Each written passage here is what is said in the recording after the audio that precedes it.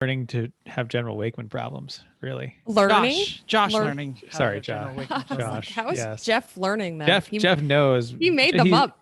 He's the master of General Wakeman problems. My mother always said the Wakeman men are just explosions of trash. She is right. I never heard that one before. Her version of Wakeman problems. Welcome to Everyone Racers, a show designed for the world of low-dollar racing and oddball car culture. It doesn't matter what kind of Lemma Champ or Lucky Track Dog you run. SCCA, NASA, we won't discriminate as long as you drive it hard and built it yourself. Join us each week for tech discussions, tips, tricks, news and notes in the world of amateur endurance racing, and whether it's on the spot hella sweet or we're lucky enough and Chrissy gives us just the tip, we're sure you'll giggle a little and learn even less. Everyone report to the paddock. This is Chris. This is Chrissy. I'm Jeff.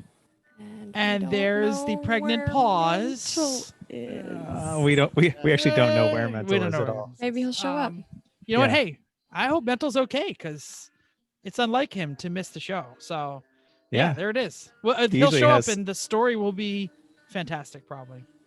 He can have his own episode for the story because we don't have time for that. Welcome to Everyone Racers. Thanks for coming back and listening to another episode of our podcast. This is 160? Yeah, possible 160. 160. Woof. If you're not driving, dominate the E1R bingo card. Link is in the show notes. Does anybody know show notes? Recently heard a couple people say one of them being your brother almost got two different bingos. So people are playing. Got like a plus pattern. Yeah. Isn't that what that's called? A Just plus? get your card out. I'm not from Pennsylvania. I don't play bingo. And BK, because we couldn't get the because none of us put a what is episode 160, the first thing I found looking at 160 was that it's the online non-immigrant visa application show. Good. Fantastic. We got to start again. It's the online non-immigrant visa application. So it's like if you're not immigrating forever, but you want a visa. Yes. Okay. It's cool. a DS 160 form. All right. So fill out your DS 160s and tell us what you're working on. Should I go? Yeah. Sure. Go. We've been working on the same stuff. I was going to say, you literally just put down the wrenches, didn't you? Just put down the wrenches, didn't you? Yeah. Okay. Well, I'll talk about the weekend first. So this weekend we had a work weekend. Woo! Yay. There was the four, no Mental, because obviously he lives in Vegas. And then Uncle Dave showed up with a Cressida. So we got some major Z work done. And we got stopped in the middle of our Z work because we didn't have a set of LS flywheel bolts. We didn't listen to our own advice. Get the parts. Are you surprised? I do have to say at one point, Chris said, well, we can't do anything more because we need blank bolts and Y bolts. And I said, oh, I have some of that. I did not have the right ones. You have the clutch ones. I have the Nissan clutch bolts. We need the Chevy flywheel bolts, not flex plate bolts, because safety tip, kids, don't use flex plate bolts with a flywheel. They're not thick enough, and you don't want a flywheel coming off at speed. That's a great way to lose some feet. Yeah. And if we would have discovered this on Saturday, we could have gotten them, but we didn't discover this till Sunday. Thank you, Napa. Yep. Oh, well. Yeah, there it is. But we should mention that we have. What did we get done, though? Well, that's what I'm going to say. We have the final position of the LS. We made it into the transmission. How many times did it take us to get there? Six-ish, Chrissy? Yeah. And it was at least 6. It was at least 6. It just felt like more than that. Top tip. Oh, I think we have a Mental coming in. What? Oh, that's good. He's not dead. Good. Well, we can keep going. Okay, well, I'll keep going. Sit here. While he's waiting. Good audio. Well, let's listen to Mental set Let's up. wait for Mental to show up. I'll keep doing what what I'm working on, so that way Mental knows where we are when he gets here. So yeah, so the LS got put in and out and in and out and in and out and in and out, which might And be then- a fun Saturday night with your I say, and then best suddenly friend. the LS was soft and tired and needed. No, exactly. No. Right It was- off the and then chip there of the was- joke. Plenty of up, down, clock towards me. No, I mean- a little bit up, down, up. No, no. In a little, no, a little more. Oh, I mean, I'm in. Oh. the audio there- recording would have been wonderful. There was a moment Okay, where I thought I was gonna set the bottom bar for that No. joke, and y'all just blew right past it. Oh, we identified that it was happening. Well but done. That Yeah. was awesome. There- Thank you so much. the only That's- problem is that there was way more than one pin and one hole that all had to be all put together at the same time. Sounds like a great And- time. It's not. And it's a freaking engine. And you're trying to mate it to something that is already in the car. It was not easy. Yeah. But so we did get it in, we did get it all measured, we got it centered. We discovered that our water pump is not the right water pump, so we have to get a different water pump. Well, which is the right and which is the wrong one? This is so, important consumer yeah, advice. Important consumer advice. The C5 water pump, that would be for a 5.7 liter non-LS motor. It's still an LS. It's still an part of- LS. It's an It's LS. not the same LS1. gen LS as ours. LS1. I think LS3, the they're internet both- they're said all- it looks like a big black tit, and they were absolutely right. Yep. We need the C6 water pump, which is flat, and I will Yep. not say like blank person because that would be terrible. Yep. Yeah. So but we got it in. The motor mounts are made. It fits the transmission. It fits the hump. The oil pan is glorious in Hoop-de-Deville. It is like the Mhm. most amazing thing you've ever seen. And I wouldn't go that far. no, And I've been to it's- 3 World Fairs and a goat F. Never mind. So yeah. So we we show did up late from now on. This is awesome. we did a bunch of interior stuff too, just because we ran out of other stuff, and we did some lightning in the front and got rid of a bunch of stuff. So you adhered to the ideas of the episode about making the most of your work weekend, and you had multiple projects lined up. Yes. Yes, but you missed the other part where we didn't have a critical part and had to stop with important things because we didn't have one essential part. So if we we gotta would have listen to our own had advice. the LS flywheel bolts, it would be in the engine compartment where it would stay until it blew up. Yep. Maybe. So, but anyway, so it's still on the bench. It's ready to go right back in. I will say one more quick thing, and then I will hand it over. We'll go to Chris so Mental can continue preparing. So giving I him had too an- much credit. I had an unpaid furlough day. My entire university had an unpaid furlough day for Indigenous Peoples Day. And I ripped apart the house like you would not believe. The dogs are very unhappy. I have removed almost the last bit of disgusting carpet from my house. And we have lots of kills on the floor, and only one dog walked through the wet floor paint. So it was pretty good. But yeah, they're literally Success. like, "Daddy, stop it. I like the carpet. It smells like me." And I'm like, "No, it's not staying." That's why it's going, Yeah. dog. Yeah, but the dogs are like, I can fix this. Well, the new hardwood floor will not be as comfortable to their little paws. Yeah. So well, sorry, dog. Anyway, Chris, I'm interested because you sent a text and I was like, "Huh? You're doing what this evening?"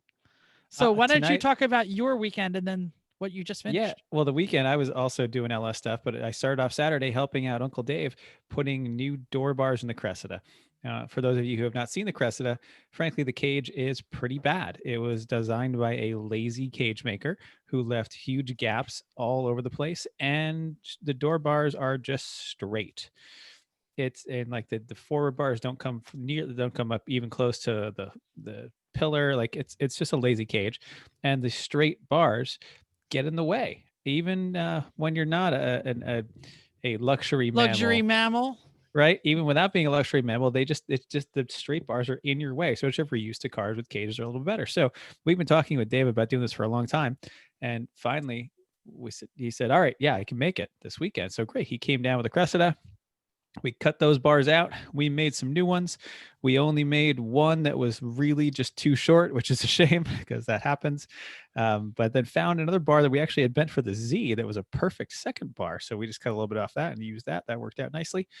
And so now Dave's got some nice, generous door bars that go through part of the B pillar and all the way to the skin of the door, basically. So it's a lot more comfortable and safer. So it's a win-win. For the Z, I helped make the mounts. Basically, I just welded them up and did a little help with the in and out and in and out and in and out and in and out and in and out, because sometimes you just need to push. And sometimes you need to invite a friend. Like, that's true. This job ain't going to get done with only 3 of us. Yeah. I also did some wiring harness stripping, which is fun. Imagine a whole engine harness on a table, and you've got your laptop with some instructions, and you just start clipping wires one by one. You run back and forth to your truck. The truck. Yeah. Which is a really convenient thing that the race car and the truck have the same generation engine and wiring harness. So I can go over to the truck and say, what does that plug into? Oh, that's air conditioning. All right, I don't really need that. Oh, that's coolant level sensor. Pfft, gone. Helps to be able to mark those and take those out. So I did a lot of the stripping of the wiring on the truck. We're not done yet, or not on the truck, on the Z harness, but we're getting there. Mental. And Chrissy was doing a great job of posting all this up on our social media. And Corey, who I was with this weekend, saw you doing the wiring harness and said, "Oh, been there a lot. Takes me about 4 hours now." Yeah, I'm not as fast as Corey because first time with this harness, so I'll work it out soon. And lastly, tonight I dug out the old rear lower control arms that I had on a shelf for the Civic for many years, and we proceeded to press and cut out the destroyed stock rubber bushings that were in it and replace the bushings. So we have new lower control arms to go into the Honda with new bushings, hoping that will help solve some of our rear wandery issues that we had at VIR, because right now the lower control arms are some aftermarket junk ones I picked up on Craigslist like 8 years ago. I really haven't looked at them since. So, but they had like those sexy spherical bearing things. Well, those are the trailing arms. Oh, those are the trailing arms. Oh, yeah, trailing arms. Lower control arms are the horizontal ones that go left to right from the subframe to they attach to the trailing arms. Yes. But you know the blue control arms we have. Yeah, those metal blue ones? things. Those blue aluminized. Yeah, those are coming out because I don't necessarily trust that the bushings are already good, because something's moving. And there's not all the other bushings in the rear suspension have been replaced in the last 2 years. So are these like stock ones, or are these like aftermarket ones similar to the ones we had? These are aftermarket ones that are or stock control arms, but poly bushings, because it's actually the cheapest way to get new bushings is just to get a set of poly ones. So it actually looks less cheaty. Well, kind of. It is less cheaty. That's the lesson for the listeners. Stupid red bushings, because the only ones that I could get in 2 days are the red ones and not the black ones. So we got this stupid red energy suspension. But every time you're behind a flat build kid in their Honda, you can see their bright blue lower control arms under there. Right. Straight from now eBay. We have stock cast ones. So I mean, they should be strongest ones we can get, but now with the new bushings, we'll see if it makes any difference. But anyway, we're going to be totally unlike us and not put these in until we're at the track on Friday, which is really strange. But these really only take a few minutes to do per side. They're 3 bolts once the car's up in the air, and the car is still in the trailer from VIR. I don't really want to take it out and set everything up, and just to do that quick job when it's going to be up in the air on Friday at the track, because we got to do an alignment and quarter weight anyway, while people hurl rotten produce at us and calling us cheaters for doing corner weighting and aligning on hub stands at the track. But which when we're done for a proper bribe, if you queue up this car, no, don't be offering my services to other people. I don't want to do this to other people's cars. All right. No way. Oh, no, we weren't going to do it. We were just going to stand by there, drink their booze, and sit in a chair from a social distance and go, "You're doing that wrong." Well, that's a possibility, but anyway. Yeah. Advice is always free. It is. It's worth what you pay for. Metal, what have you been doing aside from showing up late? We actually worried you died because we didn't hear from you. Packing, traveling, unpacking, washing, packing, preparing for travel. But this weekend, and more on this in a minute, I got to see lots of friends. Finally got to meet Randy Bish in Meat Space. That was awesome. Saw a lot of the old friends. We'll talk about that. It was I'm actually a surprised really good you time, went- but literally, So I'm surprised you actually Go went ahead. home. Like you have to be here tomorrow, and you just left Michigan to yeah. yes. You went west to go hence, east. right. And hence why I was late, because I had to squeeze all of last week's work and this week's work into today. So, and picking up one of our devoted listeners, Slider, still having eye surgeries and that sort of thing. So they tend not to let you drive with that. So I took him the surgery this morning, picked up this afternoon, and then I'm dealing with Vegas traffic, yay. So I thank you all for waiting. And I'm going to thank the listeners for waiting. Not like it's any difference to you, because you're hearing it at the same time, but I appreciate your patience and your support. They didn't wait. And we only waited so long. Once Jeff was here, it was like, nope, that's a quorum. We're going. Show up. And Hey, it's fair. Good use of the word It's fair. quorum. Legit, Yeah. we did look at each other for a while and say, if we had a show, if it was just the Chris and Chrissy show, it'd be pretty boring. So I guess we'll. No one wants Hey. to hear that. Hey, Chris, what are you doing? Hey, Yeah. Hey, we Well, live in even the if house together. I already know. right. Yeah.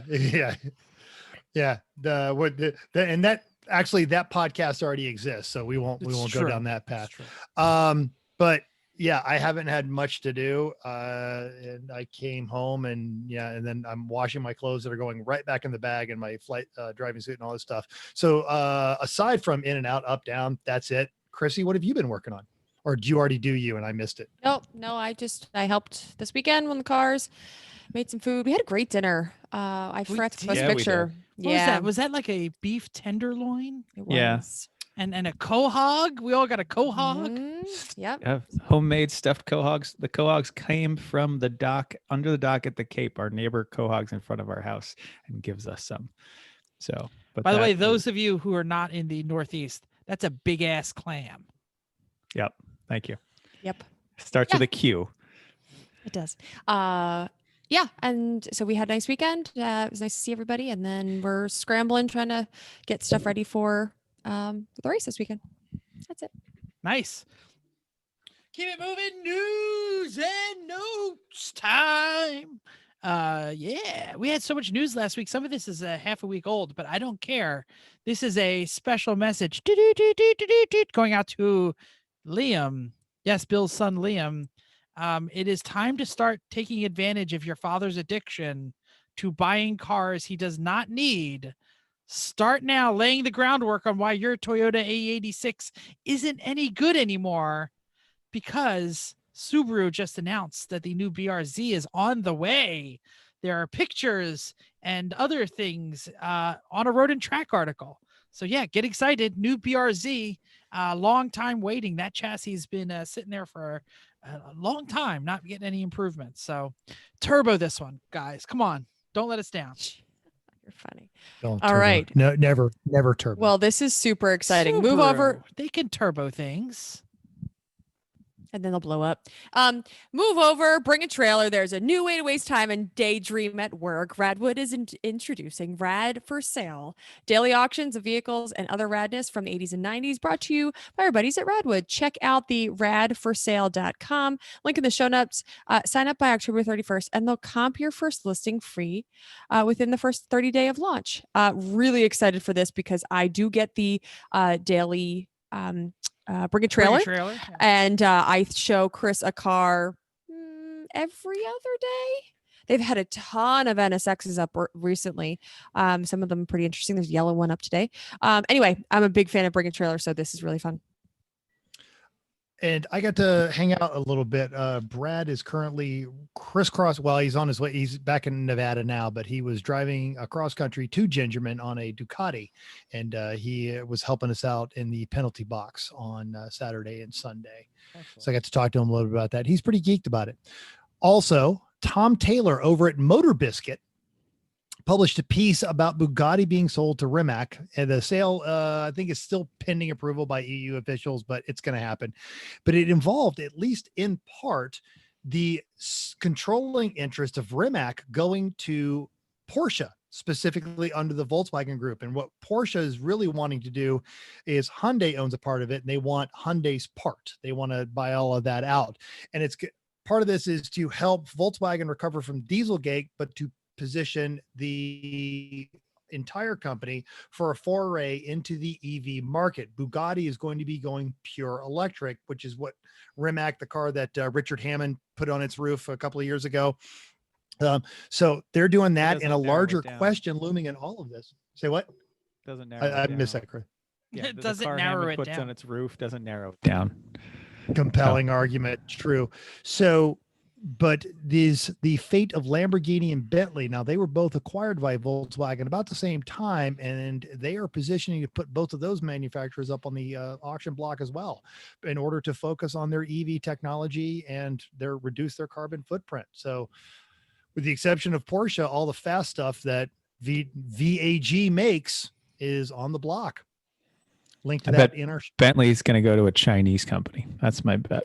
Yeah. I That's a say good- that's that a or a good choice. Malaysian or Indian company, because a lot of those high end stuff has ended up in Indian hands. Well, like Tata owns Land Rover Jag, Yeah.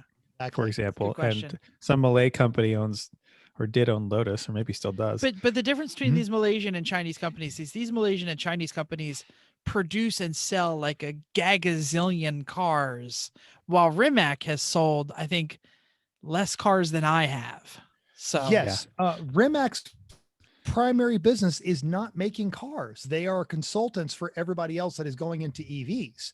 And most of their agreements with major manufacturers involve them kind of keeping their production to less than 500 cars a year. So they are almost contractually obligated to be a niche manufacturer. and they probably still have 499 of them like in their dealers ready to be purchased. I'm just kidding. Yeah. Upcoming races. World Racing League is going to be in Oklahoma, where the wind goes sweeping down the play. I'm sorry. Took me a second. Mental, you lived in Oklahoma. Why are you making me did. sing that? If you clicked on the link, it was actually Hugh Grant, or not. I'm sorry, Hugh Jackman, not Hugh Grant. Oh, Hugh okay. Jackman singing that song. I was gonna say Hugh Uh, Jackman. That guy can sing. Yes. Well, I will scat the next part of this portion of this update. There's going to be 40 cars, 16 BMWs, Boring. 11 Miatas. One of them is Rocksteady Racing, our friend What's Todd. happening here? I'm sorry.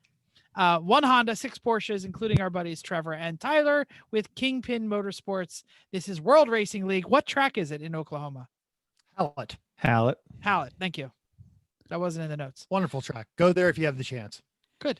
I'm not ever have been raced in the Dust Bowl. I don't know any of the tracks out there other than Hallett. So, yeah, there it is. Oh, is this Kingpin Motorsports Toyota Celica that is for sale?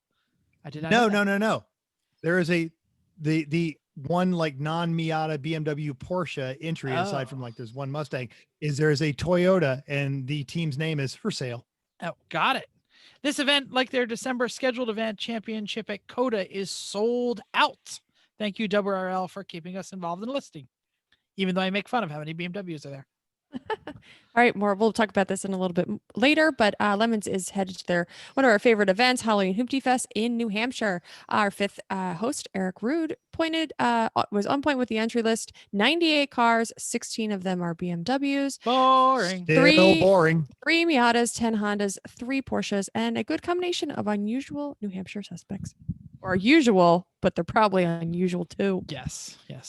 Sobs of Anarchy, Oscar's Junk Heap, with the Javelin, Bazinga, both of FRS's Ugly Uncle, Solara's, hit them with the Hein in their Ranger, Punisher GP with full strength, both Porsches and one of the Peugeots.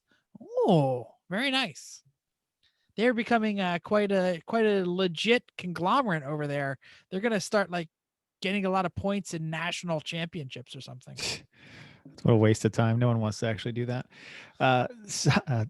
Also there, Sasha and Sputnik. So, now with more roof, he's probably going to make 12 gallons of soup or something ridiculous, because that's what Sasha does.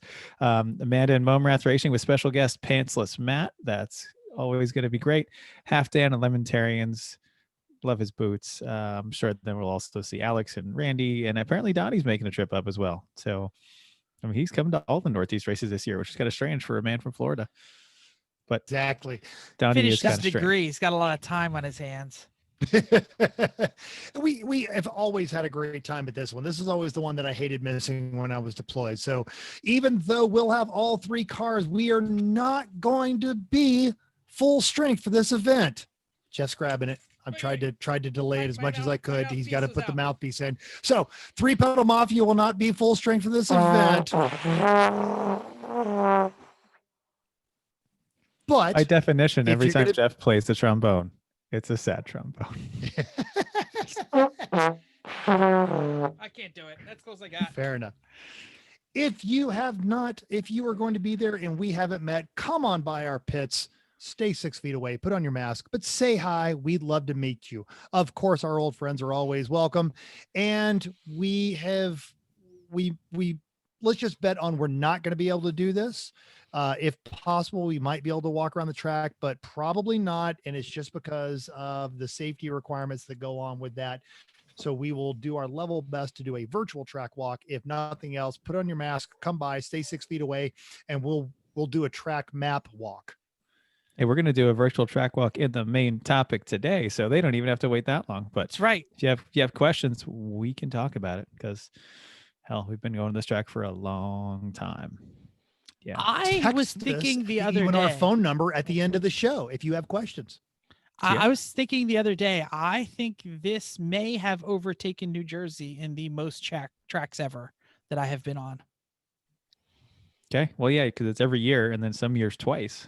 Well, So and for then you- some years in New Jersey, Jersey. we did the other Yeah, track. true. So And I used to run this back in the day with BMW Club and Com SCC and stuff like that, and my E30 and my M3 and stuff. So I've been going here for a long time. It's Yeah. a great track, and it's a lovely time of year.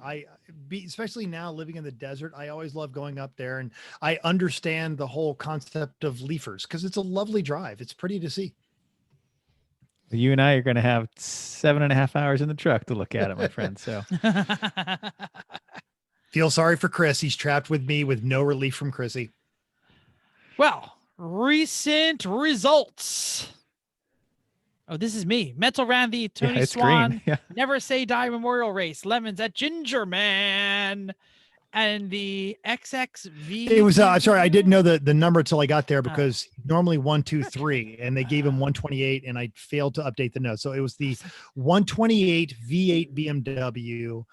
It was towed out there by Cali by Marvin Wood, and him and his wife are looking to retire. So they loaded up the RV, threw the Lemons car in the trailer, and they've been traveling the nation, figuring out where they want to retire to. And then if there's a Lemons race nearby, they go racing. Cool. That's fun. Hey, why not? Another win. Domination Nation. The Sky Camino, the Saturn Sky Camino again of the Boneyard Bushers. Second was Team Orca. Don't know what they drove. Third have was. Go ahead. They used to have a Caprice. I don't know what they have now. Yeah. Oh, well. Third was Team Non Sequitur. B class was the mighty E-Leminator Ford Probe of the Burnt Rubber Soul. C was the other Lemons Rolls Royce of Pacific Motors Rolls Royce. Any idea what motor was in that thing these days? Was it still the Viper motor, Mental? Yeah, I don't know. should have That's asked. okay. It snarled a little bit. It was not slow. No. Yeah. Well, there's very little Rolls Royce left in it at this Yes, point. it's true. And Viper motors don't sound good. That's a sad truth of Vipers. They sound kind of bad. They're kind Sounds of like- And if they're running the Viper motor, they figured out a way to make it sound pretty good. All right, that's good. Judge of choice was 43 Team Shark Cart in the 85 Accord hatch, done up as a super bird. It sounds like right up your alley, Chris. 85 Accord. Those were wonderful cars for the time, but it's been a long time since 1985. What would be in an 85 Accord stockish? What do you mean? It's about 85 horsepower, 1.8 liter carbureted CVCC engine with the intergalactic map of the galaxy vacuum line diagram. Org choice was 666 Bad Decision Racing. We mentioned last week with a 47 Plymouth Flathead in a 95 Camaro. Mental, you got a report on this sucker? So Corey was asked to drive that, and actually I ended up being scheduled to drive it on Sunday before they blew out their U-joints. Unable to duplicate a shifter for the transmission on that one. They had a welded angle lug handle and another lever that they just welded on with a laminated diagram of which levers pointed in which directions equated to what gear. So you had to just move a series of shifts and levers to get it through the 3 gears, or reverse if you needed it.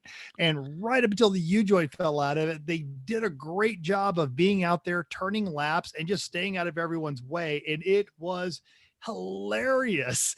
They added 400 pounds with this giant iron lump and then reduced the horsepower to a third. And yeah. Excellent. That's Jeff's getting ready lemon. to sneeze, so we're gonna it was sorry. so beautifully, wonderfully lemons. Now the regional in my house. Go on, keep going. All right, the regional. We can't believe you didn't dominate. Went to the number 73's Mercedes compressor with the 2.3 liter Pinto engine, who actually mostly ran all weekend and did a great job, just like the Superbird. They ran clean, they ran predictable, they stayed out of everybody's way.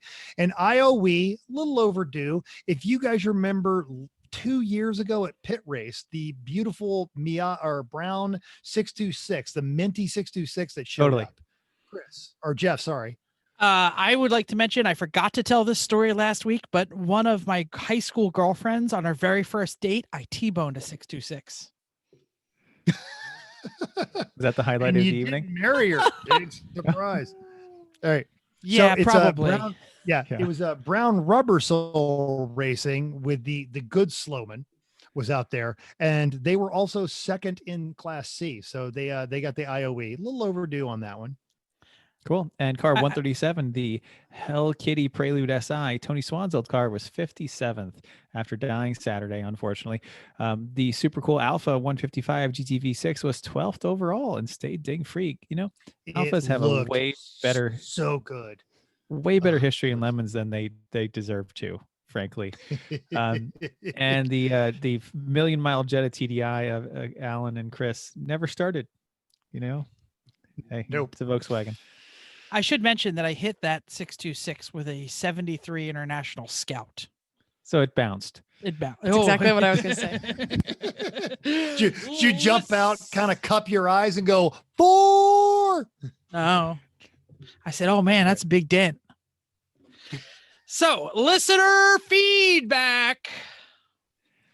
Kreger's the first listener in the history of the Everyone Racers podcast to use our Google Voice, texted me immediately, like on my way to work. I got a Google Voice text message saying, send me the batteries. I'm in the middle of processing a bunch from already dead scooter batteries. He's got some interesting paddock projects, so he will actually use Jeff's old weed whacker batteries for some of that nonsense. So Jeff, get Kreger those batteries. Yeah, they're all Someone yours, else Craig. can take them, not Jeff. DM me on the face Twitter and we'll figure out how to get them to you.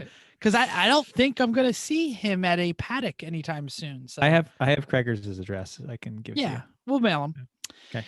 On the Facebooks, Joshua Clabo was able to spur my memory about the video game. He says, Jeff, the game you're thinking about is probably Wreckfest. Absolutely. I don't know why I forgot Wreckfest in my brain. It's the only racing game I know that has school buses, combines, Reliant Robins, and a bunch of older American iron. Figure 8 racing, dirt tracks, jumps straight up the last car moving demo derby, folk car racing. I don't know what folk car racing is, but it sounds exciting. It's got a lot of fun and encourages contact. I have never played Wreckfest, but it constantly comes up in the Lemons world that we should be doing Wreckfest instead of iRacing. Folk car racing is a Scandinavian thing where basically they all get the Volvos and the Saabs and the things that they are pull them out of the fields and put a basic cage of them and run them completely stock around, like basically dirt rally stages, but wheel to wheel dirt rally stages. Like in fields, right? I think I've seen this. Like in the woods, you know, like really it's more like a dirt rally stage that is circular. Well, not circular, but left, right, up, down, etc. Yeah. Nice. But they're short tracks. They're not like Yeah, like, they're fairly short, but they're not just an oval usually. More like a rally crossing through the woods. Yeah, exactly. Cool. With whatever leftover Volvo you could find. Whatever Volvo you got in your yard. Racers Rona reaction. I wasn't at any Lemons racing. I was packing up I was cutting We were there. floor. Oh, good. Yeah, we What were there. happened? It was at Monza, so full circuit Monza combined. So the really long track, but no chicane. So this is a lot of really high speed stuff. Yes, Methel. Awesome banking, cars flying everywhere. Yeah. And so we had some good, interesting shots. Like we positioned the camera at ground level, right when you come off of the banking, off of the oval onto the straight. And we got a good solid picture of a Lotus just completely airborne doing that. Brian is so good at that. He really understands that. Yep. So that was good. At the end, we get a wonderful shot of a Jetta. It went straight into orbit, but right past one of the camera stands. It would actually have these cameramen that move cameras in them. So that was a good shot. There were some Teletubbies Jettas run by the DeCousy brothers and they were running nose to tail the entire race. The whole one time. would get enough of a draft to pass the other one. And then They just hung out with them. This is a 2 hour. It was a Sandoro, right? Yeah. And they did that for the whole time. It was 130. They were going 130 because that's all the Jettas can do. That's flat out. It's called terminal velocity. Yeah. A lot of carnage as people were just getting used to the Lotuses. So, but I think half the field had the Lotus 49, which as they should. That was fun. I don't remember who won. Yeah, well, doesn't matter. Doesn't matter. But it was good. Mental, you were the only one of us at our race last night. How was it? Yes. And speaking of people who don't remember who won, no idea. I know you tried your level best to set us up as administrators, but none of us could access any of the admin functions. Doesn't matter. We had just the good core group, about 8 or 9 of our regulars. Tyler, none of the super aliens were there, just the mid-level aliens. And Uncle Dave showed up, and Hampshire was there. And after the first race, when his Oculus decided I'm done, he just sat in Discord and chatted with us. And we spent most of the race trying to recruit Tyler into he's a pilot. But we it was a great time. We just sat around, chuckled, and Tom was there, Uncle Dave was there, and all the regulars were there, and we're running around, and we had the 87s and the TDIs. I ran the TDI trying to just get myself in the mindset of driving a front drive car at New Hampshire. And then the TDI is so god awful. I just jumped in the 87 for the second race and had fun, and was even worse. And Hamza kept coming back to this one concept, is that we're not really there to race on Monday nights. This is just our social therapy because we need to see our friends and talk to them about things, and that's what we do. And if you would like to be a part of this group, please join us. It's every Monday night at 9 o'clock on the Eastern. Then we do another race at 10 o'clock. Get a hold of one of us. Us are protected to keep the spam bots out, like AJH77, whatever on YouTube. We're watching you, man. But we had a great time. And it's the typical, our faces hurt from laughing so much by the end of the race. You know whose face occasionally hurts from laughing so much? Especially when she just breaks completely, and it's hilarious. Chrissy's mom. And sometimes we break Chrissy's dad too. And then they both feed off each other. And then you just watch them for like 10 minutes and they can't stop. That is awesome. Oh, we actually didn't say hi because Jim would have gotten bingo if we had actually said hi to Chrissy's mom, not just said whatever we usually say about Chrissy's mom. So hi, Mom. Okay. There we go. Great. Hopefully you got bingo now, Jim. Nerd topic time.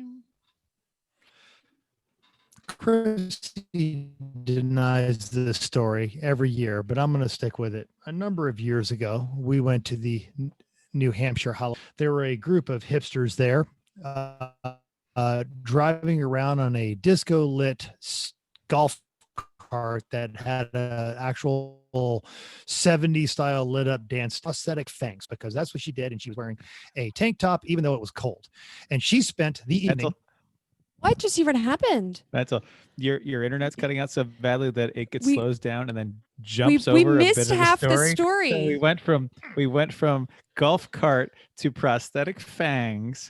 And to then I had a like, tank top even though it there was hip- cold. and then hipsters were in there Hipsters. somewhere. This sounds like All a right. I mean, terrible dream. You could turn your Find video me off and try it Find me again at New if you want. Hampshire. Find me at New Hampshire. It's a funny story. I even rebooted my internet before we started trying to get this all figured out. So whatever. Cox Well, is getting a call next week. If you turn the video off, give it a shot. Maybe your All computer's right, just old. let's see. if Then I we can do won't see this. his sexy hair.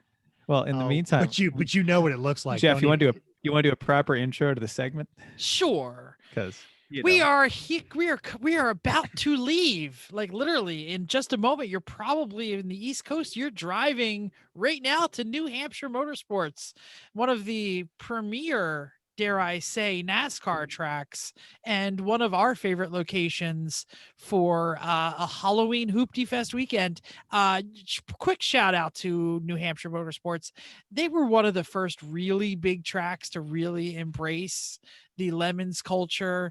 Not only were they doing the Halloween race, but they were doing like pumpkin chunking and really just giving us great facilities, and which we're going to talk about, but also giving us great access and a great paddock, and holding events, Showers, like drifting great and showers. things at Yeah. the same time. So shout Yeah. out. New Hampshire basically made it a whole other event because we were there for the weekend. Like once it was Halloween Hoopty Fest, then that's when they added the pumpkin chunking, and then that got really big, and then they had the drifting. Really, it's because we were there. They said, "Oh, let's do other fun Halloween stuff." So props. For They them. also like the local media will come out, like, so they're doing press releases. You've been you know. interviewed there. Yeah, absolutely. Jeff. But it was like the first time a newspaper showed up. It was actually a TV reporter showed up and like said, "Hi, we're here to cover this." And I think they even did like TV commercials Yeah. for it. Yeah, I think so. And you were, I think, on TV in New Hampshire because Mhm. that's how exciting New Hampshire is. It's Jeff Wakeman, News at 11. In a green dress. It's about right. It's All right, a so let's. pantsuit, technically. It was a pantsuit, and your tattoo is my favorite that That's time. right. Let's cover some basic logistics, I guess, to get started. I'll handle some of these. Is when you show up, this is all if you've never been there. If you've been there, just deal with us. You stop in the gate to sign in. Bring your own pen, because remember that's the COVID things now. This is also where you will pay for camping, and where you will pay for testing day. Now, testing day is a little different at New Hampshire in that it's great if you only want to test the car and one driver. If you want everyone to test, it's a little more difficult because it's $150 for testing day with one driver. That's it.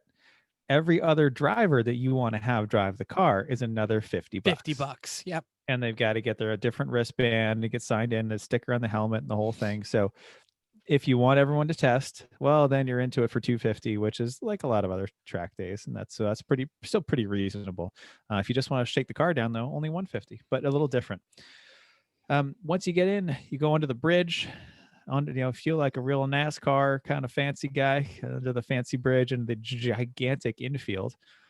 You can pick any spot you want in the massive paddock, except outside of a garage if you don't have a garage, because right outside the garage is reserved for those with garages, and it's for the people with the garages that are right there, the adjacent ones. So be advised there.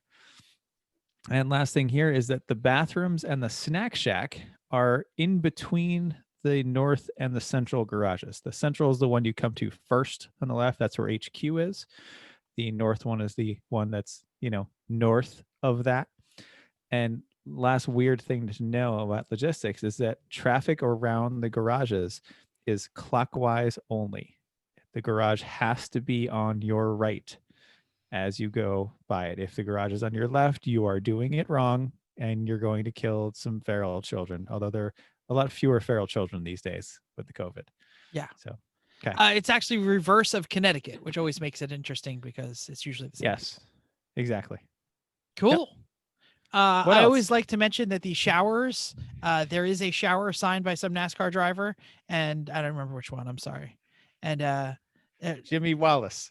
I can't remember who it was. And the showers are a great place to defrost a turkey, but bring your own Turkey.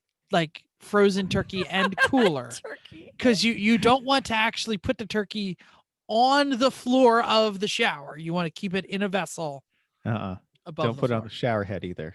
I love that you say we all know it was like 5 of them. There were like 5 turkeys.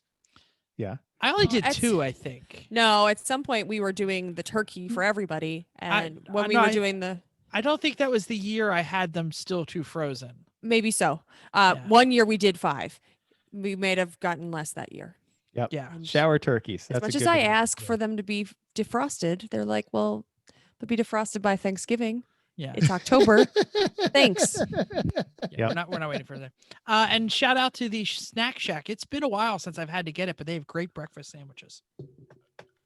Yeah, some of So- the best bathrooms in Lemons that I've experienced, though, because they're pro quality like NASCAR bathrooms. They've got like And they're- 6 showers. Hella hot.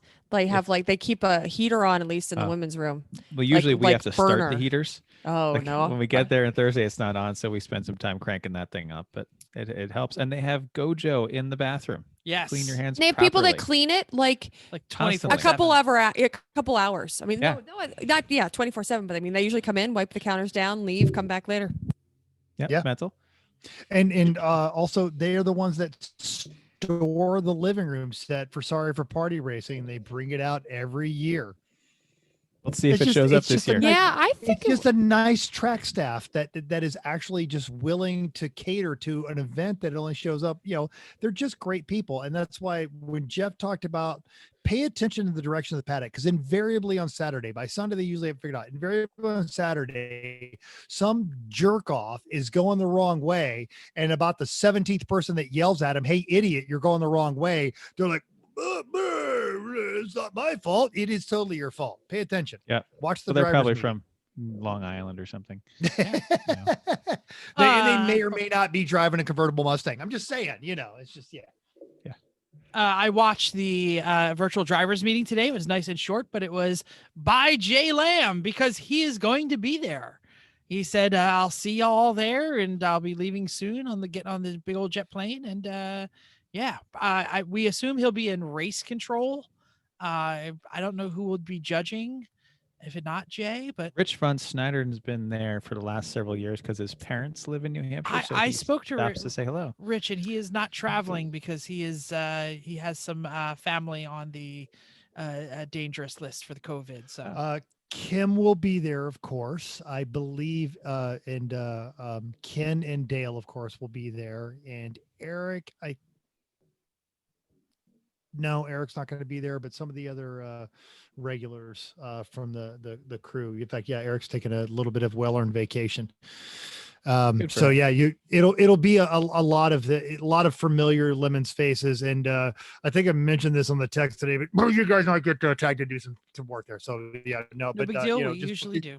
We usually do. because you That's can't fine. say no to Kim. You No. can't. You can't say And no. you shouldn't also. No, That's you the really other should. Yep. That's a smart plan. Okay. Um, Yeah, Jeff, Let's see, if you what want we to got keep here? going with the Sure. things that you out there. Sorry, I was Or typing Chrissy, later. anything? We did mention we were actually talking over the weekend about what we were going to cover and how we're going to cover the track walk. And there is a new pavement stripe that we showed up last year out of nowhere. So there might be some new stripy parts of the pavement. They're constantly making improvements, but we'll discuss exactly where that is in the virtual track walk. But rain is forecast for Saturday. So it's going to be a cold one. It's going to go down in the 40s at night and might be a little wet. So be prepared for the weather and bring your deep treaded tires if you got any, and be prepared. Yeah, but it's been wet a number of races at New Hampshire over the years, and it's been cold enough that we've had to run the cars right before we went to bed to get some heat in them so things wouldn't freeze up overnight, or run the block heater in them, things like that. So good stuff. Cool. Yeah. We already mentioned that Pantless Matt will be driving with Amanda, and there will be no Failbird for the very first time in a long time. Yeah, no bird. that either. might It's make just me strange. cry a little bit.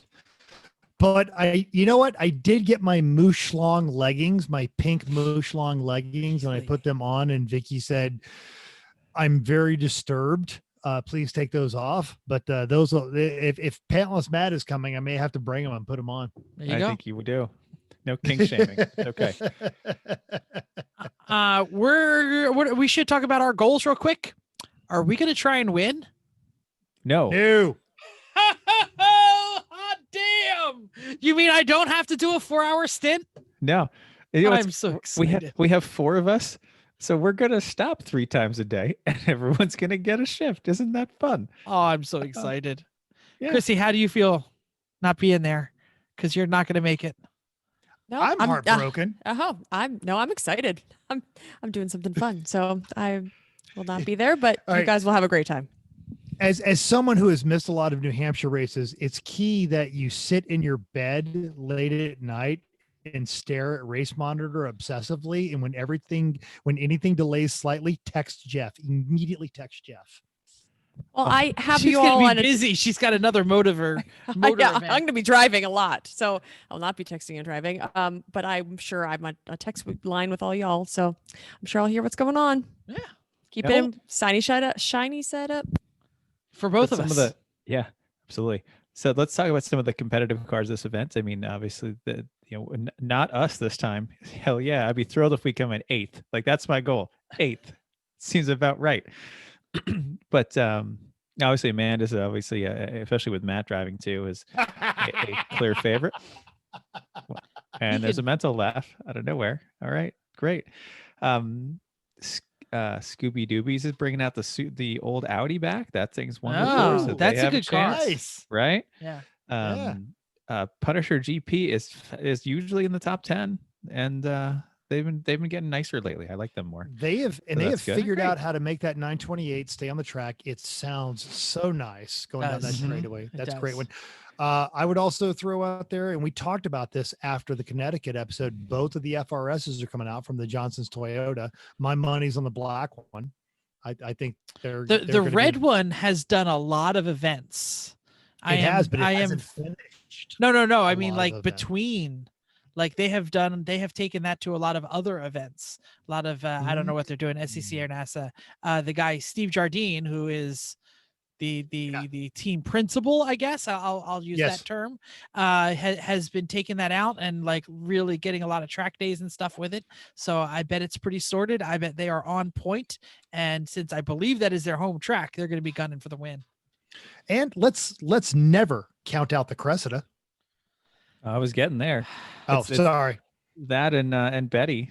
Betty, You know, I we're got my that fingers was my crossed next for thing. Betty. I really want them to break through that next barrier and really get there. Let's see And it. I mean, it's- those guys, Bruce and Greg, haven't touched a wheel to a track since this race last year. Well, Darren's Wow. fresh, but It's always funny, and well, say always because we only see it a handful of times. It's always funny when Betty finds herself in the hunt because all of a sudden Bruce and Greg are kind of like, oh, we should not drink so much and like actually not be hungover on Sunday morning, and we should prepare for pit stops. And they're like suddenly very confused and a little apprehensive. But I remember at New Jersey a couple of years ago when Darren was calling in, "Hey guys, I'm almost out of gas, it's ready to pit." And Greg and crew were sitting in lawn chairs. Yeah, we're gearing up. And then they wouldn't move. Like then 10 minutes later, he's like, "Are you ready for me to come in? We're almost there." They had their butts had not moved at all. We're on the pit wall. And then Darren would just get mad and drive up to the paddock and get out of the car. Betty has lost more races in the pit. Yeah. In Betty has lost most of her off races. the track. Most of her races Saturday night. I feel that's where Betty usually loses. oh well. Oh well. I'm looking at the entry list. Who else might have a shot? Hey, Bazinga, they keep coming in top 10. They've kind of sorted that out. Yeah, Jeff, you should bring absolutely. some parts for them or something. Like here, take all this I crap. don't have my truck. Maybe I will. Uh, But they yeah. live here. I just have to trade a phone number. We were a little busy last time at the end of the race, so I missed them. that's true. Yeah, we were. All right. Chrissy, so lots did of we see a hand or that you put back down? Did you have something for this? That was no, I'm sorry. That was throw parts at Bazinga. Here are all the parts. I apologize. Yeah. That's what that was. We're a take little these parts. We don't want them. Yeah. We're a little further down the pike now, so we know like, yeah, we don't need that part. And we don't need that part, but So And anyway, I know we're talking about New Hampshire, but by the way, after this weekend, I drove a 450 horsepower iron block 6-liter swapped E36, and I am, after Corey's Omega and driving this thing, I am totally in the LS all the thing. Of course, I'm going friggin' robot again because We're just sitting here going, what do we do? What It's we okay. It's did okay. hear- We actually heard We it heard and most of understood it, this Messa. one. We heard that you drove a very fast 6-liter iron block E36, and that after that, in Corey's car, you are full on LS swap all the things. All right, cool. So it. yes, our nemesis. Are our buddies gonna come back? nope, they're not on the angry? list. They're not on the list. They're not on Nope. the list. I didn't Not see on the it. list. I am not surprised. Nope. Boom! Not Suck it, there. losers. Nope. Wow. Yep. Okay. We're not even going to say their name like Voldemort. Virtual track walk time. Chris, you Hell lead us yeah. around and we'll talk about it. Sounds great. So I guess we'll start off with getting on and off the Yes. track from the paddock, because that is Yes. difficult to do. And- So, but we'll do that. But then I want to go back. I guess then we'll just start there at turn 3. Yeah. But so to get onto the track from the paddock, you drive to the south side of the central garages, Mhm. past HQ, and then you stop and get checked for everything. It's usually either Betty Blue Nose or somebody else.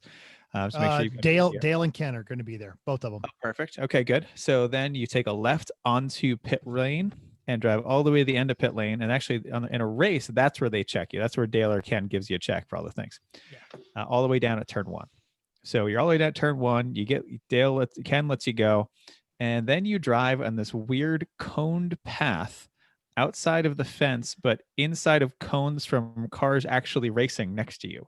And you keep going all the way through turn 2, and it seems like there's no place to go. It's just cones everywhere, but just keep following the wall, and suddenly you'll get around the flagger at turn 2, and you'll see track in front of you, and there you go. And turn 2 inside that little slot, that little cow pass like slot. It's like a 110-degree turn. It's like yeah. really tight. Oh yeah, like I was worried that like some of our larger cars, like the rolls, like wasn't Weren't gonna make make it. Exactly. Yeah. So be careful there, but also be careful going around that corner, because sometimes you'll get somebody right around that tight corner entering the track who is stalled or has a problem. And if you just start to give it the beans, as soon as you're in this blind corner, you might have a problem in front of you. So wait till you're around that tight corner till you can see straight through to turn 3, then give it a go and stay left for the blend line. And there is plenty of straight. So if your car can accelerate in that time, it's not like Thompson. I really feel like I sometimes have to do like a drag start because it's not that long. But Yeah. you have no excuse in New Or Hampshire. CMP, you don't have any. You've got to Yes. basically do a drag Yeah, start, yeah, for example. Thus you have plenty of room. The track's also really wide there, and the traffic is staying kind of up on the banking a bit, so they're not really interfering with those coming in the blend line. Yeah. All right. So now we're coming into turn 3. This is the hard right-hand turn to cross the track to go up the hill. This has gotten better last year because they added more pavement on the left, to driver's left there. So usually they put up some cones. Those are usually gone by the end of hour 1. That's fine. So basically, By hour 1, he means lap 2, but yes. yeah. So, well, no, they're they're there for a little while. Yeah. They work up to it. So stay left as you're coming into there. You're gonna basically once you turn left, like there's a break point in the track where it really actually has a left turn to it. That's your break in a straight line point. And especially the new pavement is a lot better than the old pavement. And that's going to apply doubly so to the rain. The new pavement's going to be a lot better deal with than because there's a lot of really old pavement at New Hampshire, and it is slippery when it's wet. So stay on the new pavement to brake. So break it down coming into 3. This is usually going to be a second or third gear corner for most people. And you're going to kind of your apex is there's like a rumble strip-ish thing on the right-hand side. It's like a little spit of it. That's kind of your apex if no one's around, but there's usually 2 or 3 people. There's 3 people trying to squeeze into a 2-car opening. Right. So then you cross over the track, and then you hit the uphill once you're off the NASCAR surface. And when you hit that uphill, you all of a sudden have a huge amount of traction that you did not have. So you can be understeering across the NASCAR portion. And then as soon as you hit the uphill, boom, you've got all that traction back to get back on the gas. But if you don't have a limited slip or lock diff, odds are you're going to spin that inside rear tire coming up that hill for a lot of things. I know we did with the boat and the Ombre for a long time. You just had to modulate the gas as you work your way up the hill. Or Sing it. I see weld your head going, Chrissy. Sing the song. Yep. Or weld it up. Yeah. weld that diff. Modulating the gas. Modulating gas. Modulating the gas. Yep. If this is a trick that only our listeners will know, if it's wet, stay wide on turn 3 and especially into turn 4. You say, why the hell am I driving out here and all the marbles and stuff? There's twice as much traction out there in the wet than on the inside, because the inside line has all the rubber from all the people spinning their inside tire up the hill all these years. There's no traction there. So, Also, it's you're crossing a diagonal hill. Like you're crossing the hill kind of diagonally to get from the outside to the inside because you're trying to do outside, inside. And it is not like a single plane.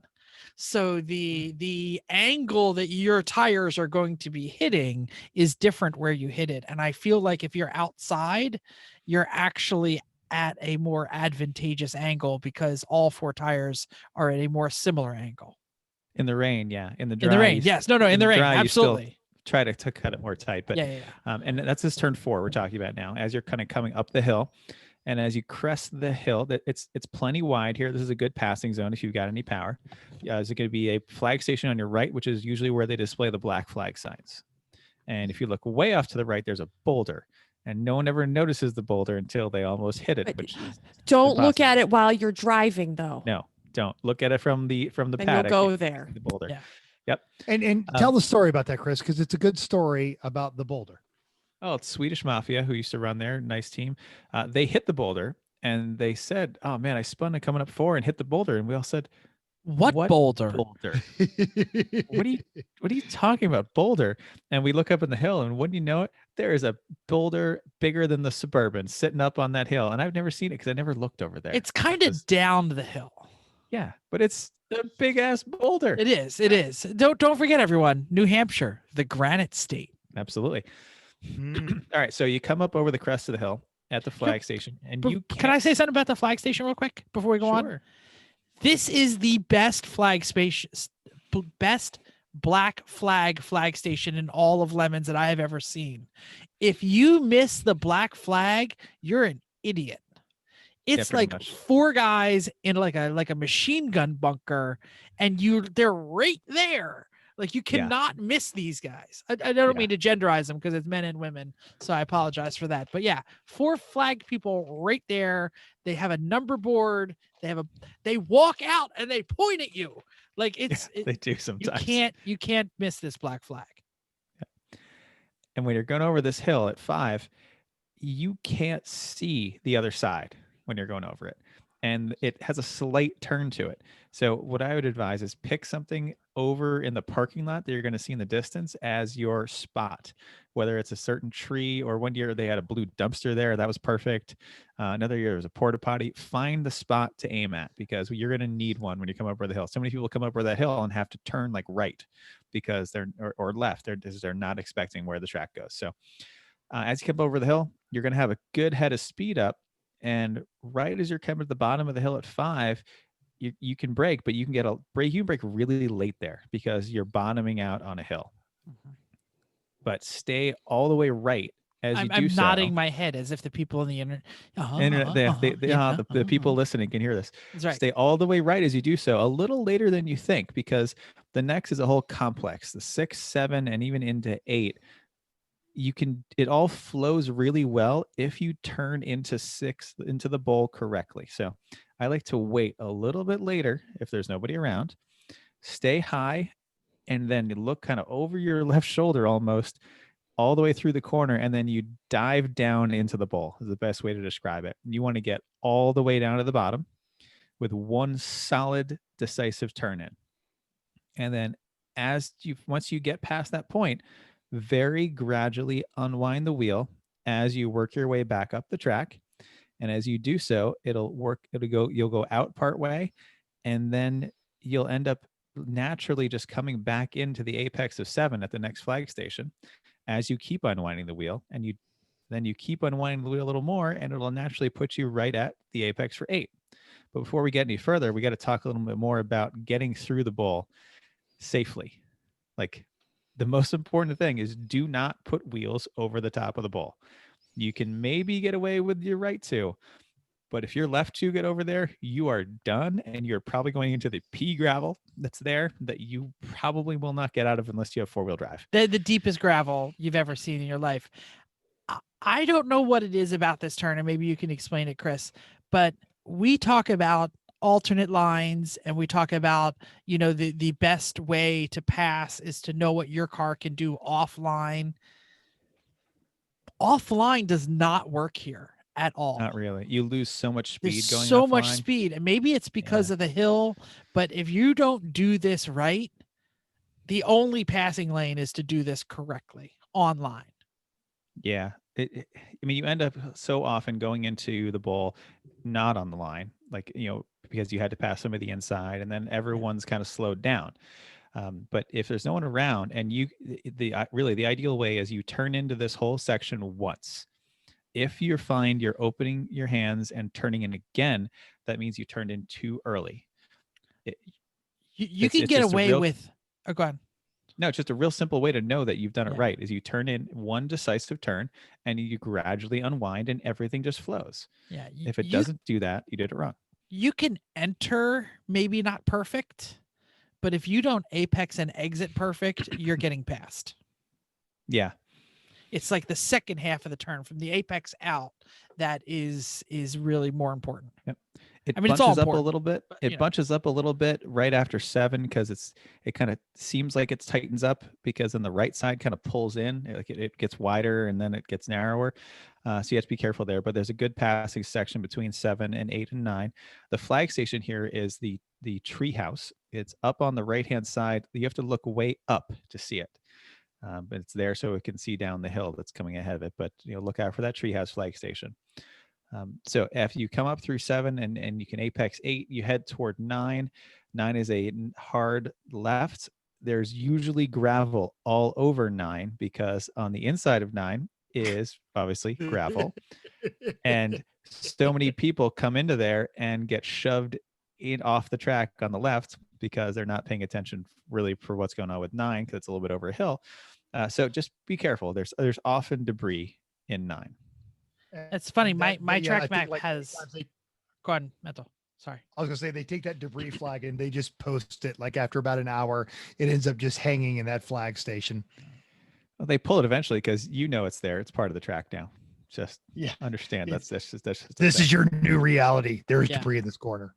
Yeah. I was going to mention that I think 7, 8 to 9, that section really kind of like 8 through 9 is probably one of my favorite passing zones. Because so many people like hyper focus on kissing the cone at 8. And I don't think that's as important. You can kind of go 2 or 3 wide through 8 as long as you get it sorted by 9. That's a pretty good spot to catch some people sleeping. Absolutely. You're absolutely right. But getting it sorted coming into 9 is occasionally a little bit of a mess. Yes. And a lot of people I find do 9 wrong. They kind of try to do it like a more like a traditional corner, but realize you're coming in with a lot of speed and you're going out with very little, but you need to exit 9 into 10 correctly. You can't have your suspension loaded up coming into 10. You've got to be neutral. So I like to come into 9 and kind of apex it a little on the early side, but like while I'm still braking, and then kind of turn a little like out into the corner a bit, if any of this makes sense. But the point of the end of it is after 9 is a little straight stretch where you're coming down the hill and you're crossing the track, and you need to be straight along the zebra striped Jersey barrier. Like be straight right along that coming into 10. 10 is where the turtle is as you're crossing back over the NASCAR track. Yeah. Door handle against the Jersey barrier. That's the best Pretty way much. to think of it. Yeah. And Yep. and correct me if I'm wrong. You've got a ton of laps here, but if I'm not mistaken, the way the actual pavement goes, it's a bit misleading. So your visual reference of the Jersey barrier is correct, because there is a tendency of people to follow the pavement and they find themselves out of position and they're really having a crank on it. They avoid the turtle, but then they find, like on rear wheel drive cars, their rear end sticks out, or front drive cars, they end up kind of Washing. Yeah. Thank you. Yes, they wash, and because they're offline, because they're following the pavement, not the visual reference of the Jersey barrier. You give up 9 completely. 9 is a throwaway corner. You use it to take speed from 7 and 8 and to prepare for the section from 10 to 11. That's all it is.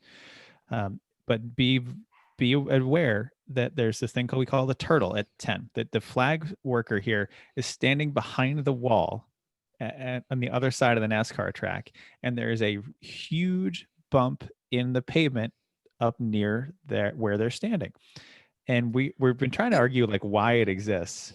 We think it has something to do with holding the wall back that they put there, but also it's there to dissuade you from getting anywhere near that wall where people would like to cut. Because if you hit this, you're probably going to flip. I was just gonna say turtle. That is not an exaggeration. Well, people have flipped there. I mean, Yeah.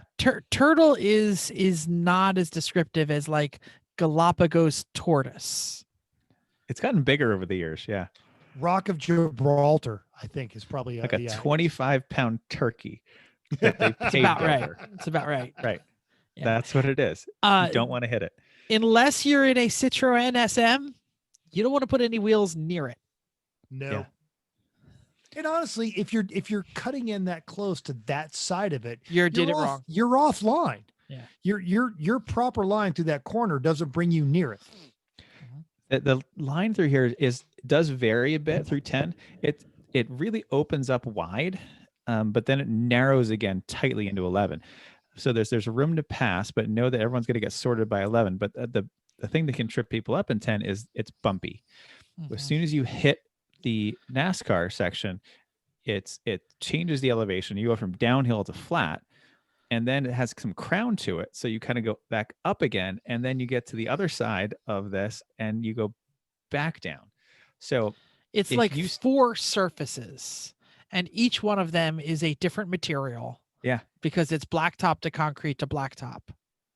I think it's all asphalt. It's just different ages. Yes. And different uses. So, but the safest way through this is to very late apex it. If you early apex, you end up pushing wide. You end up having the car out of sorts while it goes over all these bumps, and it's not going to go well. So if you late apex, you can get on the gas early, and you can make this turn like while the car's loaded up but not out of sorts over the first bump, and by the second bump you're going straight and it's not a big deal, and you have a nice run down to 11, so you can get ahead of the people that took it too wide and are coming in and are going to get squeezed out on the inside coming into 11. And I would like to throw in here too, this is an area to exercise caution. If you're all red misty and fangs out and you're trying to come through here and make up some time, this is a corner I almost lift habitually, because you can see, if you're a visual track person and you're looking at the cars in front of you, you can almost see accidents before they happen. Almost every time you're like, oh, these idiots are totally going to wad into each other right now, and I'm just going to roll back so I can drive around them. And that's actually I don't know. I've lost count of how many accidents I've driven around in that corner and picked up like a couple of spots, because there's 5 people, or somebody was, they went wide and they didn't end up getting collected in an accident, but they basically have to come to a stop and wait for a clearance in traffic to the right to go around the mess. Are you talking about like 11 or 12? Just right after the turtle. There's, people get, like in there, in the the bumpy street. pavement. Yeah. They get in the bumpy pavement. They've already screwed it up, and they're totally not understanding what is happening to their suspension, and they end up wadded into somebody else. Chris, And when's the last time you spun a car? Road Atlanta 2 years ago. Oh, not Betty. Oh. No, that was that was you, Jeff. Well, I spun too. It's Jeff on our and I YouTube both- channel, actually. Jeff and I both hadn't spun in years, and then both spun Betty the first time they ever brought it to the track, and we said, "This car is evil. We got to fix this balance on this thing." But you spun right there between 10 and Oh, yeah. 11. And when I was started to spin, I was surprised. I said, "What the hell? Why am I spinning?" It wasn't. I, even I, doing I anything. actually had the exact same thought. What the hell did that just happen? Why am I spinning? Yeah. All All right. So right, coming 12. to 11. 11, We'll 12. still at 11. It really tightens up, and you basically kind of have to go through here single file. If you go double file, it really does slow everybody down. No. And on the right-hand side at 11A is a big curbing, and so many people have hit it. There's now a huge pothole there. If you run through the pothole, you're probably going to break something. So give up a little, slow down, let everyone will get through. But you're better off if you get everyone sorted and don't push wide in 11A. Yeah. Which And everyone will, but yeah. And then when you coming out of 11A, there should be kind of like a 12A and B realistically here. You track out, but don't track out too far, because again, there's another curb that's a big curb that's going to upset the car coming into 12, which is onto the straight. And that one has 12 and 12A, Jeff's map. That's good. So you can track out to the curb, but don't use the curb after 11. Yes. Agreed. You want to make sure though that you're really 11, 11A, and 12 is all a throwaway to get yourself set up for 12, which is bringing you onto the straight. So get yourself out to that curb, but not on it. Watch out for because this is where you get back into the pits, is on the left-hand side this here. is also pit in. Yep, it is traffic-y, so be careful. But if you stay wide, and then there's a line of cones that kind of separate where pit in is from people going onto the straight, especially because there's a wall that sticks out there for the NASCAR section. So you really don't want to take these cones out for the weekend, because they're there to keep you from head on into the wall for the pit lane. So stay wide of them, but I like to come nice and close as I'm accelerating onto the straight for 12. Mm-hmm. And you do that. It's a good drift onto that night. Yep. But if you've gotten the track out of 11 correct, you've got a nice line from not hitting that curb on the right through along the cones, past the wall, out onto the straight. And then you track out to be near the wall to your right and full throttle. And this is not a high speed straight by any means. Like the Civic, I don't think ever gets out of 5th, where most tracks were well into 6th. So you'll go along there and it's a normal straight. Chrissy, And what's the most if I important turn may, on the and track? One before the straight. The one before the straight. Absolutely. And this is actually, if you can exercise patience through 11 and 11A and 12A, if you're an A-class car or B-class car and you're rolling up on something slower, this is a great place to you take a breath, because as you drift wide coming out of 12, it's a great place to make a safe, visible, great pass. If you've got somebody running, the little video camera over there, you look like a total hero if you just exercise some patience coming through there. And it's a great, you'll see a lot of passing going there because it's a good, safe, honest place to pass. The straight's wide too. Straight's really wide. You can go 4 wide there. And the slowdown in the S's and the 11 and 12 area is so slow, and they're really it's like Monaco in Formula 1. No one is going to pass you if you go through it right. So just take your time. If you need to give a gap so you can accelerate before they accelerate, because you're going to pass them, that is the best method. This is traffic management corner, not do the line and expect to pass everyone corner. It was the best car ever for this corner for 11A, 12. It's the boat. Because people I was gonna cut you off and say the boat, because people would get next to that transom, that big solid transom, and go, you know what? Nope, not gonna tangle with that thing. I don't know. And plus, you had just planted it on their bumper through the curves when they expected it to be a chicane, and then you'd be like, "I'm sorry, let me play you the song of my 4.3 liter freedom, people." I don't know. It was a terrible song. I felt that the boat kind of got winded down the straight. So I prefer the straight, sure, but I prefer 11 the 11 and powerful- 11A. Yeah. No, no, 11, 11A definitely worked here, but it had a presence in that corner. But Yeah. yeah, down the straight, you're just wheezing Yeah. your throttle body injection. But you've already intimidated them, and then because you weren't going that fast down the straightaway, it was a great time for that long reach over into fifth, and then turn your head completely to the left, and let that opponent know that's right. You just got passed by a boat. All right, so we're coming into one. One is the banked NASCAR turn, but we don't use the NASCAR oval here. Now, I like to brake way later than you think here, because using the banking, you can get so wide. You can go so late. Like we usually brake it like the 1, sometimes like later than the 1. Like it's all you later need. because you get a good compression on that. Yeah. I think there are 2 good lines into 1. I agree. The fastest one is to stay out wide and you turn, like brake way late on the banking and turn on the banking and gradually tuck yourself in along the candy stripes on the inside of 1, but almost with no track out really at all. That's the fastest one. The line you end up driving a lot is the more defensive one or the passing one where you just stay hug right Kinda inside cheat of it. in. Yep. Yeah, you cheat in and then you want to be right by the turn 1 flagger and you just hug along the inside all the way around.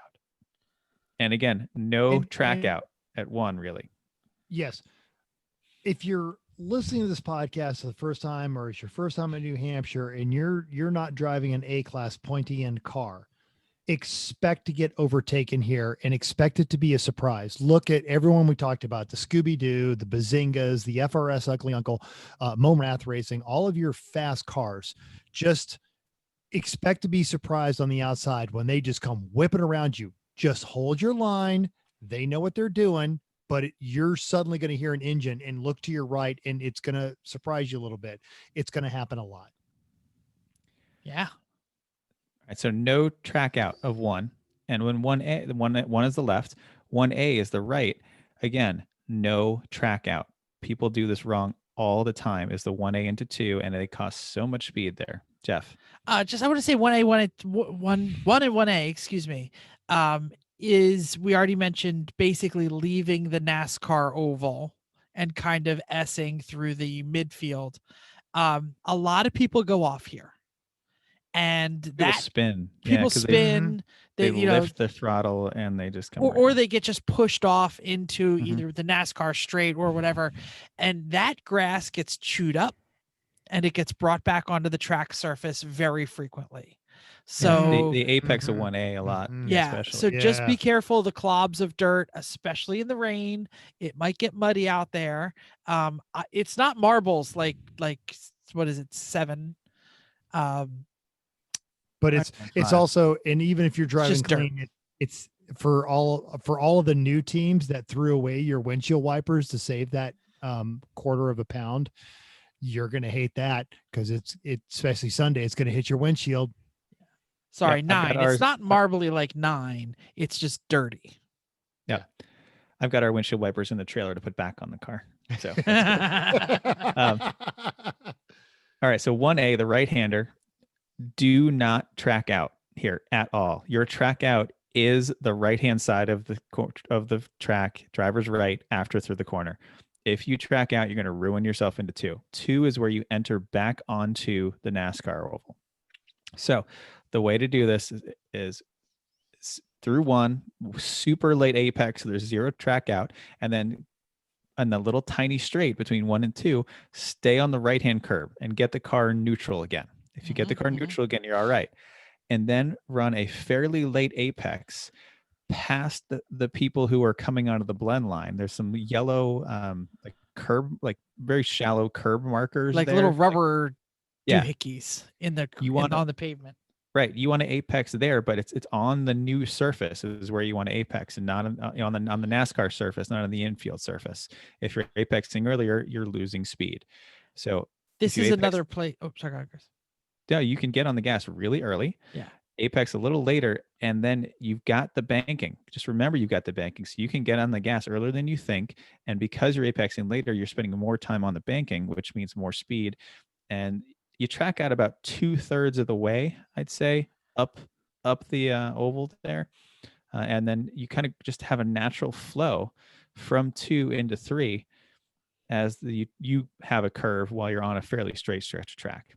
I was just going to say, this is another section where you're transitioning between multiple sets of pavement, like probably 3 in this section, like kind of one right after another. And I found that the chute in the middle seemed to give me the best traction.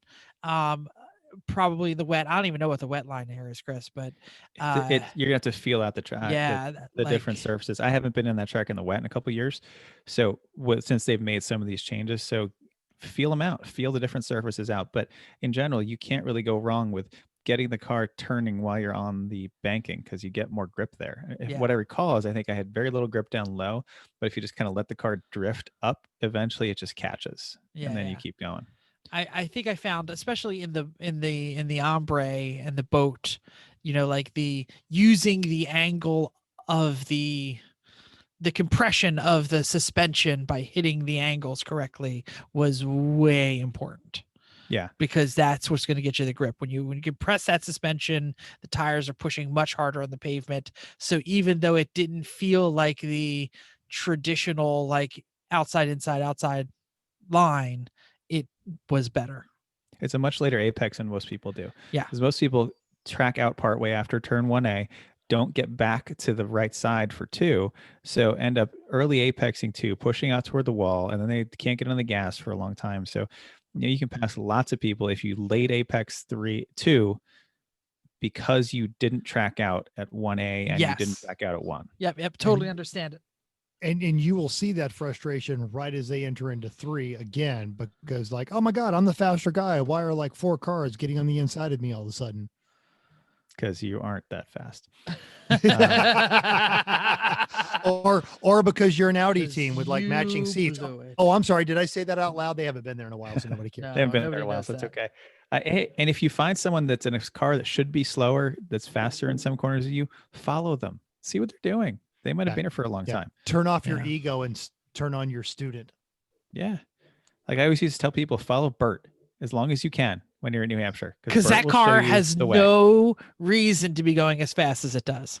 Yeah. No, they just know their stuff. We are actually going to include a track map. I believe it is from the fishtailridingschool.com, but we linked it to our show notes. Oh. So you can open this up and follow along with this track walk as we go through this. Oh, Menta, you could have made it your profile picture and then we could have seen it in a little square. Too late. Too late for you. I'm not as Zoom savvy as you are, Jeff. Well, I live on it. Yeah. Sorry. Okay. So yeah, I just want to say one more thing about 3, between 2 and 3 is, you mentioned it. It's a knife fight. It gets narrow. It is going to the slowest part of probably not the slowest part of the course, slowest part of the course, probably. And there will be times where you will stop and put the vehicle in first gear because there's so many people trying to squeeze through there. Yeah. Either 2 or 11. That's where you end up everyone's slowest. Yeah, it's pretty close to 11, but there are many people are taking many different lines through this. Some people are like door handling the going across the gators and door handling the tires and cutting across. You need to have your head on a swivel. This is probably the one place where you're likely to get hit by somebody because you were doing something right or they were doing something wrong. I just think, there's it's a long race. Be prudent. Keep your car from being bent because you don't want that black flag. Fact. But yeah, I might pass you on by going door handle those tires. It might happen. Yep. Because I'm aggro like that. But you gotta know what you're doing. you this is again another traffic management turn. Mm-hmm. Where a lot of times you're like, I know Chris told me it's fast out there, but that freaking car is a slug and I'm not going there. Mm-hmm. Yep, totally. Track walk. Anything else? All right. And let's go ahead and throw this out there. If you've got lessons learned from New Hampshire go ahead and get a hold of us on any of our social medias. Or if you learned something this weekend, get a hold of us on our social medias or text us. We're trying to do that. So far, it's just Craigers. And this one person As who if he told me didn't have your phone number anyway. right, because he got it off the bathroom wall. But if and there's that one guy who told me if I give him my bank account information, I can sponsor next year's race season with apparently my dead uncle who lived in Nigeria. But Been there. It's a great Onion headline. Legitimate Nigerian prince struggling to give away money. Is it time for our favorite part of the episode? Chrissy's going to give us just a tip. No, we're not getting just a tip from Chrissy. no, sorry. Mental, would you like to give me just the tip? The answer to that question is always yes. To that end, so I was helping out Ken with gear inspection at Gingerman, and I want to talk about gear expiration. Now, the last time there was a major helmet expiration was when the SA 2005s were dying, and the production could not keep up, and Lemons and every other organization out there extended it for a year. Folks, if you've got an SA 2010 helmet, it's done. You're not getting another year. And I saw 4 2020 helmets. So they're out there. Get online, go to your reputable sources and find a good 2020 helmet. Maybe order the same one you have, or go to Winding Road. Go to what's the one out of New Jersey Motorsports Park? Why can't I never remember it? Driving impressions. Driving Impressions. Go to Driving Impressions, go to Discovery Parts, go to Wine Country Motorsports, and try on a dozen different helmets and find the one you want that has the features that you want. Spend the money. Your head is worth it. But your 2010s are no good after December 31st. And we had a guy who said, no, it's okay. The SCCA said I had another year. Didn't Lemons already say that the 2010s would be good through 2021? Because Nope. No, because All right. the 2020s are out there. The reason they said that the first time was because there were production problems. I thought they were going to, because they thought COVID was going to delay, but it looks like the COVID has not delayed the production. And I'm not going to say that they're not going to say that, but what I'm saying is I saw 4 2020 helmets this week doing gear inspections. yeah, they were only allowed to start selling them October 1st. Right. Oh, good. That's a good tip there. I think there might have Mr. been Christopher. pre-sales for groups. We had Yeah. our local Yeah. whatever they are, SCCA, I don't know what they are, that were making a group order, but I don't know that they were getting delivered They anytime weren't soon. allowed to be in anyone's hands until October 1st. Hey, it is after October 1st, so I'm surprised. Exactly. No. And everything Chris is saying is fact. But go to your favorite reputable seller if you've got an SA 2010. And if you don't know what you have, like I had several people walk up I just and had to look at hold mine. up. They hold up the back of their helmet and they show me where it said SA, that's for you, the consumer. But the safety inspectors are going to reach in, they're going to pull back the molding, and it is either left, right, or center. And you are looking for an orange and white helmet. Now, there was one poor guy who bought, he says it was an SA 2015, not working, Jeff, not enough light in there. Oh, hey, there it goes. That works. So Jeff's is good for another 5 years, but some poor guy, and they tried to pull the sticker out of there and it ripped up. So it basically says 201 in blank. And I said, I don't know how much you paid for this thing, but in basically 2.5 months, it's worthless because we're not going to accept it. But I saw a 201, which means you're good for this race. I'd like to mention that Mental, although a volunteer for Lemons, is not a Lemons official, and only the Lemons official website is where we will know. I am a Lemons official. Actually, they've paid me to do this, and I have 3 shirts, 2 of which I'll be loaning to you guys this weekend. So now, look, rules are rules, and you know, whatever organization or email or Facebook group you went to, it doesn't matter. If the organization you're racing with says you are done at this point, you can argue all you want, but Dale and Ken are not letting you on the track. And these are the guys that looked at Michael Schumacher at Indy in the Formula race there and said, yay or nay. So you can't dissuade them. They are stubborn, and rightly so. They keep us safe. So if you've got an SA 2010, you've got till December, get a new helmet, get on that mailing list and order it now. You've got until Barber next February. I'm gonna get every last mile I can out of mine. I'm taking it here, taking it to Atlanta. Hey, go for it. Absolutely. And good on you. And then put it up on the trophy shelf and said, this helmet has been fantastic and I love it, but it's expired. You can use it go for autocross and you can use right it in for the trash. construction. Yeah. For those of you on YouTube, yes, I just smelled my helmet to see how fresh it was. It's got more time in it. It's not fresh. It's not fresh at all.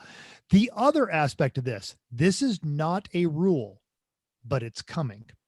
Look at your Hans device.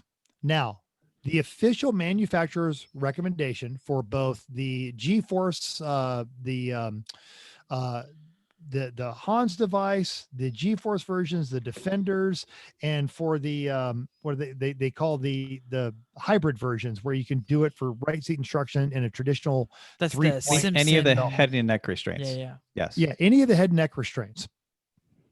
The manufacturers on all of those recommend replacing the webbing on those every 5 years, just like the belt in your car, because it's the same material.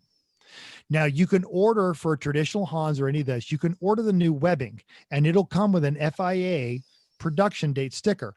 But what they will not do is update the SA fire rating on the Hans device itself. So send it in. I saw 6 of them that had been updated this weekend. They were cost between $50 and $70. If they had to replace the padding, it was $70. The turn time was as short as 1 week and as long as 3 weeks. This is a great winter project for your Hans. Look at the expiration date and send it in there. Again, not a rule for any of the major amateur endurance series, but it's coming because it's We've had all ours done. idea. Yep. Yeah. And how much did you spend on your Hans, Chris? I don't know. It was so many years ago. But it was several Don't hundred remember. dollars. Yeah, Sure. several But hundred the dollars. fact that, but that's great because we had it recerted. I didn't have to spend it again. It was a lot cheaper to get it recerted than to buy a new one. That's my point. Whole lot cheaper to get it resorted. So, and that's something you can do in the off season. So that's what we were seeing is a lot of stuff. And the great thing about people wearing their driver's suit, aside from not having to smell things that have come out of the bag that they haven't touched since the last race, is they're also aggressively looking for tears and rips. So go through your gear. And that's not going away. The wear your gear to the gear inspection, that's staying after the Rona goes away because it's faster and it's safer. And I would expect all of the other major series to involve that. So that's just something I wanted to throw out there from my experiences of inspecting people's gear. And the other aspect is like, one guy showed up, he had a set of Simpsons gloves. There was no SFI tags on any of them. And in fact, they'd never been attached to it. Clearly they were counterfeits and the guy couldn't even remember where he got them. Luckily his teammate said, yeah, you know what? Those are lame. We've got him covered. And we had him bring back another set of stuff. Do not argue with the gear inspectors that, oh, well, it's been good for the last 5 races. Don't care. Totally don't care. If it doesn't meet the standards, it doesn't meet the standards. So go through your gear, check it all out. Make sure not only is it good for the New Hampshire race, but that is going to be good going into the next year. That's my soapbox. I'll step off now. Woohoo! We did actually, we have the Defender, which is no longer sold, but is now produced by, what's the company? They took them over. Next gen. Yeah. And it was a great system, but they got sued for copyright. They got sued. Yeah. So It was the next it was gen better than Hans because it's got those bars little that stick up slide, to yeah, keep yeah. your head from going side to side. It really totally does. worked. I was just going to say, and next gen recertified them. So please don't think, oh, I don't know who does this. Absolutely get them recertified. Does anybody know what we're doing next week? Oh, it's going to be the hangover. Yeah, because that's what we usually do after a race. For once. And For you know once, what? we know. Yeah, I didn't realize this. I have not been to New Hampshire since 2014. Really? Wow. I'm Great. I'm geeked about this now. I have missed the gorgeous fall colors and everything for 6 years. Well, excellent. Glad to have you back. Bam.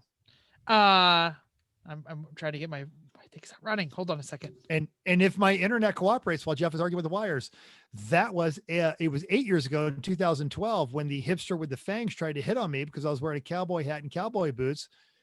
until she realized I was not wearing them. Ironically, I was wearing them because I lived in Oklahoma, despite the fact that I was flashing my ring at her the whole time. And I looked at Chrissy and I mouthed the words, "Help me. Save me.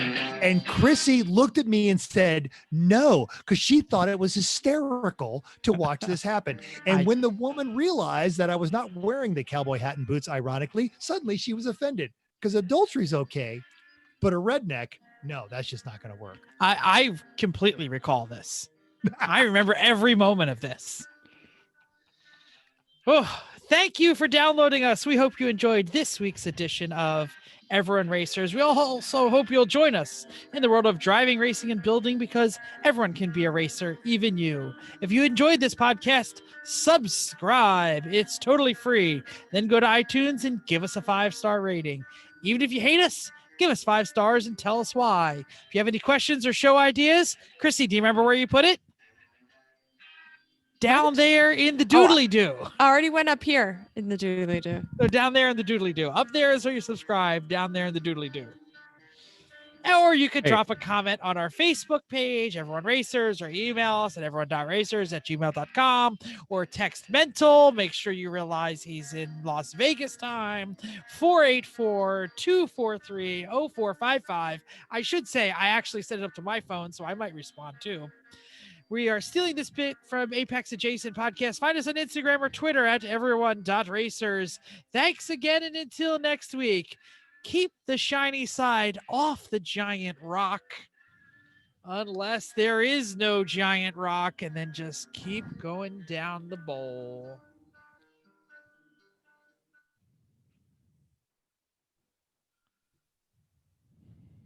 Stop button.